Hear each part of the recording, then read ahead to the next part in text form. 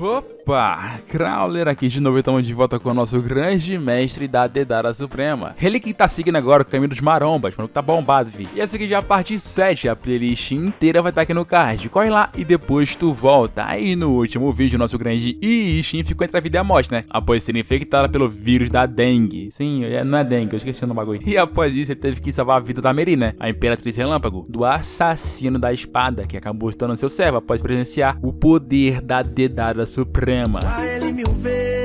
E após ele conseguir o seu segundo seguidor na Terra, ele atingiu os requisitos para a ativação do poder do polegar da multiplicação. A habilidade, né, que ele ganhou recentemente. E na hora, ele pensa nas possibilidades, né? Nosso garoto é visionário. E assim que ele chega em casa, ele já vai correndo em busca de dinheiro para tentar multiplicar. O que não dá muito certo, pois não dá para utilizar em objetos. Mas, na mesma hora, ele recebe mensagem do General Formiga e da Flor Silenciosa. Eles querem que o grande Deus se livre de todos os infiéis. E sim, né? Ele não pode continuar sendo atacado sem fazer absolutamente nada. A melhor defesa é o ataque. E aí os caras já dão a ideia de iniciar um massacre, uma carnificina, matar todo mundo, fi. E o grande Ishin acaba aceitando a ideia, né? E começa os seus planos como Deus soberano. Como o dedão multiplicador não funciona com dinheiro, ele testou com as formigas e transformou as poucas que tinha em um mega exército de milhões de formigas. E todas acabaram marchando para o Império. Eles irão derrotar o Imperador. Mas ele repara algo ali muito interessante, por sinal. A Santa estava utilizando o dedo anelar do protagonista, o dedo da cura. Então é assim que funciona, né? A representante do Deus também tem o poder dele?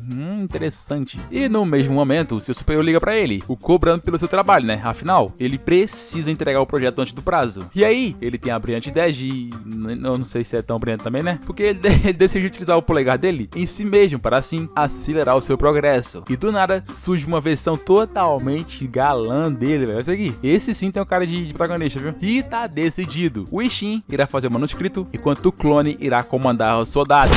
Misericórdia! Do nada, o cara deu um supapo na cara do Prota, velho, e fala que não vai receber ordens dele. O Prota até manda ele fazer de novo e apanha mais uma vez, até ficar com a cara toda inchada. E o clone percebe o celular no chão, desliga o celular e começa a fazer algo totalmente fora do comum. Ele equipa o modo assassino cruel. E depois disso, entra no mundo das formigas. Mano, que isso, cara? Isso tá tomando proporções que eu não tava nem imaginando isso, velho. Que isso? E lá no outro mundo, as formigas estavam sendo massacradas pelos monstros do Império. Eles eram 3 vezes maiores que a formiga, né? Se não mais. Um mero exército de 1 milhão não seria nem páreo para dominar o Império. Mas aí, houve um clarão vermelho no céu. Todos foram cobertos por ele. E em seguida, o grande clone assassino do grande deus Ishin surgiu. E lá no Império, as coisas estavam indo de mal a pior, né? A esposa do Imperador estava incrédula que um deus maligno qualquer eliminou totalmente o exército imperial. E a ideia principal da esposa é convocar os generais e as 10 espadas para irem ao encontro desse tal deus. Antes mesmo de avisar o Imperador, pois ele tá numa cerimônia muito importante agora. Se ela fizer isso, eles entrarão em guerra com outros deuses de outras tribos. Mas isso não importa agora. O que importa é confrontar esse tal deus da tribo negra. E no cantinho ali, a Nava ouvia tudo e ela decidiu ir por conta própria atrás do deus para dar um fim nessa história de uma vez por todas. Mas voltando para o nosso grande deus Ishin, ele tinha acabado de acordar após seu soninho na base da porrada, né? Esse era o tal da abundância ilimitada que apareceu dando ideias pro protagonista agora há pouco. Ele é o seu clone. É mais 120 chamadas perdidas? A sua vida estava à beira da ruína agora que o clone desligou na cara do chefe, velho. Mas a missão no outro mundo foi 100% concluída. E assim ele começa a se escrever que nem um maníaco. Mas o problema não acabou por aí, né? Ele precisa salvar o seu mais novo fiel, a espada demoníaca. Ele nem dá importância para ele e continua, né? Mas é mostrada a visão do estado atual dele. Ele estava totalmente desgastado, pendurado e sofrendo tortura nas mãos dos inimigos. Sim, ele realmente atacou a guilda, como o grande Ishin pediu. E infelizmente, ele foi pego. Agora está sendo torturado pela Imaculada, que tem poderes de fogo, e pelo Cabeça de Ferro, que tem músculo.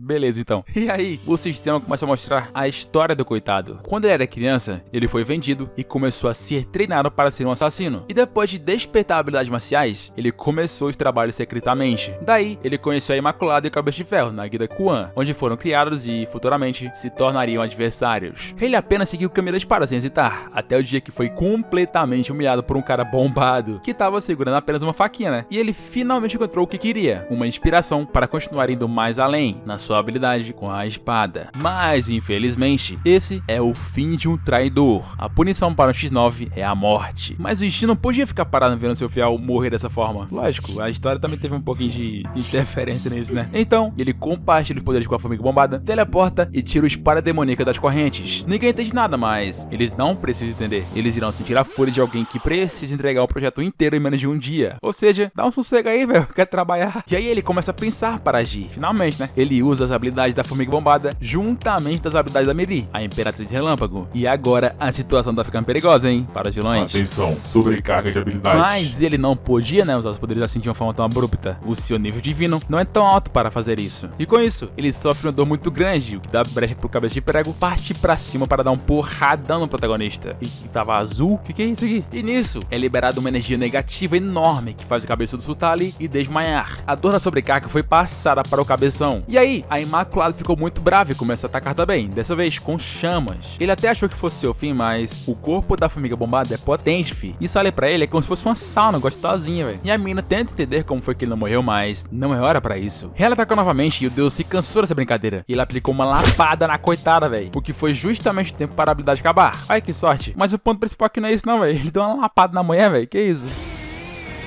Enfim, assim como dito na missão, o seu talento floresce, mas o prota não sente absolutamente nada, né? Como sempre. Enquanto isso, o espada demoníaca fica lá, impressionado com tudo que presenciou. O deus é um deus de verdade. Ele é muito de incrível, moleque, como é que eu vou sair daqui agora? E quando ele achou que havia acabado, ele percebe algo ali. Das sombras, surge alguém, batendo palmas e dizendo quão incrível era o protagonista. Era o Peladão, o tarado da meia-noite. O Shin vê informações sobre o cara ali e diz que o tarado é responsável pelo sacrifício oferecido ao deus da destruição, mas ele não acredita, né? Afinal, o cara tá pelado e chorando ali, velho, que isso? E aí o tarado diz que tá muito emocionado por ter encontrado alguém como ele e vai dar um abraço.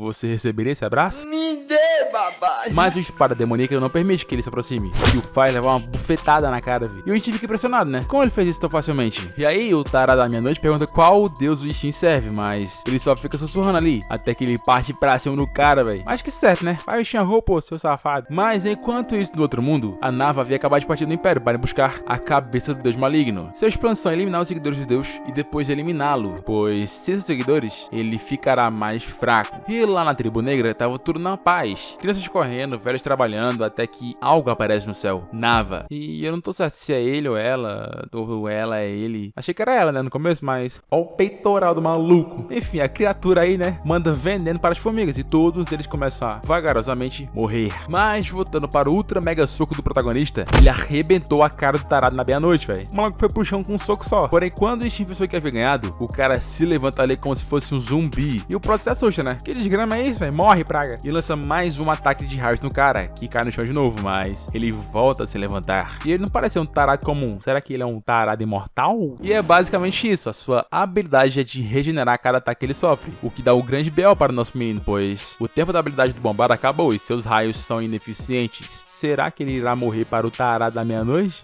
Pois é, né? O prota não quer isso, afinal. O taradão fica zoando ele, perguntando se é só isso que ele tem pra oferecer. E é aí que o nosso grande deus Ishin pensa em algo. Ele vai invocar o grande clone assassino do deus Ishin pra dar uma surra nesse peladão. Mas assim que ele é evocado, ele olha pro bicho ali e já vira pro prota, né? Com aquela cara de... eu vou ter que bater um pelado, velho. Ele começa a reclamar que eles têm problemas maiores, que a tribo negra foi atacada e perderam muitos membros. E nisso, o taradão fica bolado por estar sendo ignorado e ataca com poderzaço. O clone desvia, mas quem foi acertado foi o nosso grande deus. Daí então, o grande clone manda só o Ishin queimá-lo e pronto, pois ele precisa voltar para salvar a tribo negra. Mas queimar? Como que eu vou queimar esse... ah, é verdade, filho. A dedada suprema. Ele vai dar uma dedada no tarado da meia-noite, filho. Finalmente, né? Começou a pensar. E ele começa a conjurar a dedada e o peladão já começa a entrar em choque, né? Mas a dedada não tava tão forte assim, o que deixa o tarado da meia-noite bravo, né? O Ishin tenta aumentar o poder ali, mas não dá muito certo. E aí, era a morte na certa. Seria o fim do nosso grande Ishin? É claro que não, pois o tarado da meia-noite sentiu uma dor imensurável ali. A feira das chamas não estava se regenerando. Isso porque, quanto pior for o alvo, mais ele será consumido pelas chamas de Rena. O Imperador começa a pensar que, com habilidades assim, ele ficará muito forte e começar a entrar na mente do nosso grande Shin para tentar roubá-las, né? Mas enquanto isso, no outro mundo, a tribo negra estava sendo envenenada por Nava, que até agora não sei se é uma mulher, né? Mas ele ou ela sente algo, a presença de um poder enorme surgindo. Era o grande clone assassino. Nava estava pronto para detonar o Deus na porrada, até o ponto dele receber um soco e morrer queimado, né? Mas ainda assim, todos os membros da tribo negra estavam morrendo. E voltando para a batalha do grande Deus Shin, ele recebeu a notificação de que os poderes dele acabaram em breve, pois seus fiéis estão morrendo. Mas é oferecido para ele usar o dedo da cura nas formigas, mas ele decide usar em si mesmo, né? Safado. Porém, ele também salva as formigas, ganhando muitas moedas e ativando o compartilhamento de habilidades mais uma vez. E aí, a batalha começa novamente, né? É dedada pra lá e pra cá, mas o cara é ligeiro. Foram sacrificadas 999 pessoas para o grande Deus da destruição. E ele, o Shin, era o último que faltava. E ele seria o último sacrifício perfeito, pois ele era um apóstolo. Que ele pensava, né, que era um apóstolo. E o telhado foi se partindo com uma grande energia demoníaca. Um olho surgiu, um olho maior do que tudo que o Shin poderia ter visto. Desesperado para sobreviver, ele tenta detê-lo com suas habilidades, mas era ineficaz. Nenhum dedo seria capaz de ser utilizado contra o Deus da destruição, segundo o próprio sistema ali, né? Porém, ocorre algo de errado ali, pois o apóstolo do Deus começa a ser devorado. Ele se perguntou por quê, já que não foi isso combinado, mas algo havia ocorrido ali. Ele trouxe alguém muito interessante para o Deus. Era o fim do grande Deus Shin.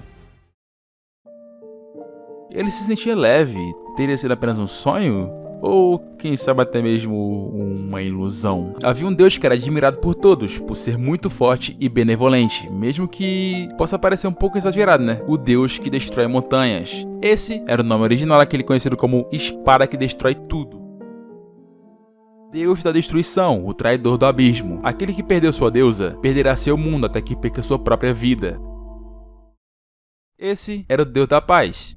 E agora se tornará a encarnação da vingança. A espada que transbordava poder e ódio estava se juntando ao grande Deus Shin nessa batalha. Esse poder que lhe foi permitido pelo uso da espadinha, ele foi atribuído ao Deus da espada. E o Shin retorna para a realidade, muito confiante de si mesmo. Ao seu lado, alguém agonizava de dor. Era o tarado da meia-noite, né? Ele havia sido traído pelo tal Deus e agora pagava com sua vida. Agora você entende, meu jovem? O tal Deus que você adorava não era um simples Deus. Se quer chegar aos pés de um, ele não passava de um demônio. Mas não haverá mais vítimas como ele por aqui, pois o Deus da destruição será confrontado frente a frente. Em suas mãos surge a espada divina que cortará o demônio em pedaços. E todos ficam em choque quanto a isso, mas era esperado. Então, o grande Deus Shin ativa o poder extremo da espada. Pela autoridade concedida a ele pela espada celestial, que pode cortar qualquer coisa, ele ativará todo o poder da espada para que seu propósito final se realize e ambos se tornem um só. Aquele que havia tirado sua deusa, ele irá conhecer toda a dor e sofrimento que lhe foi passado durante anos. E o grande Shin salta para aplicar o golpe final. Ele não tá a fim de ver aquela coisa mais nenhum segundo. Destruição. Suma agora mesmo. E no ato de compartilhamento de dores, o Deus da espada e o grande Deus Shin decidem o final do demônio. Juntos. No outro dia, soldados marcharam para aquela cidade, uma cidade abandonada. Eles buscavam pelo tal monstro que apareceu, talvez fosse um classe SSS, mas eles estavam incrédulos do que havia acontecido ali. E aí, eles encontraram um sobrevivente, mas ele tava só o pó da rabiola, né? Até tenta conversar, mas o cara não consegue. Ele tava em completo choque para qualquer coisa, pois naquela batalha, ele havia percebido algo. O grande Shin era, com toda certeza, o deus dos deuses. Mas em outro lugar por ali, a Sungmina, irmã da Imperatriz Relâmpago, havia matado um dragão com apenas o poder da mente. Ela era extremamente poderosa. Mas, apesar dos pesares, ela precisa urgentemente sair dali com sua recompensa. Pois disseram que era um dragão, e é por isso que ela foi até ali, mas era só um brutamonte qualquer. Então, ela foi embora. Mas, por que ela queria um dragão, hein, rapaziada? Sei não, hein? Mas, voltando para o grande Shin, ele estava sendo tratado pela sua sobrinha. E a razão para isso é por conta do poder do recuo da grande espada. Com o poder do grande deus da espada, ele impediu que o monstro do olho saltasse para a terra. Por isso, ele acabou sobrecarregando seu corpo e seus músculos estão totalmente desgastados. Mas havia alguém com ele ali, o Espada Demoníaca. Ele estava ali pois foi consertar a casa do grande deus, né, que estava totalmente destruída. Afinal, ele é um crente fiel do grande deus Shin, né? E o Shin pergunta como que ele fez isso, sendo que ele estava sentado ali o tempo todo, mas o Espada Demoníaca entende errado e começou a assunto totalmente diferente ali, que a Guilda Brilhante foi caçada pela Sungmiri e o mercado negro da Coreia entrou em colapso. Ele não entende bem, mas tá bom, né? Enfim, ele impediu o clone da destruição de vir pra Terra, mas havia mais 99 para enfrentar. Então, seu karma aumentou em 1 milhão. Mas se esse era apenas um de seus clones, o quão forte será esse monstro? Mas não importa agora, né? Ele se qualificou para a missão de promoção. Ele terá que ter 1 bilhão de seguidores ou ter 10 criaturas inteligentes com a classe S superior como seguidores. Isso para ser promovido a Deus inferior bom. Em contrapartida, ele também terá que acumular karma ruim, matando 1 bilhão de formas de vida inteligentes ou matando 10 criaturas inteligentes de rank S ou superior, para assim roubar seus poderes. E ele não pode escolher, né? Ele terá que fazer os dois. E ele tá ferrado agora, né? Fudeu. E se tu chegou até aqui, comenta aí embaixo Dedara Suprema, glorifique nosso Deus Shin. E se bater 4 mil likes, eu trago a próxima parte, hein? Então é isso, valeu!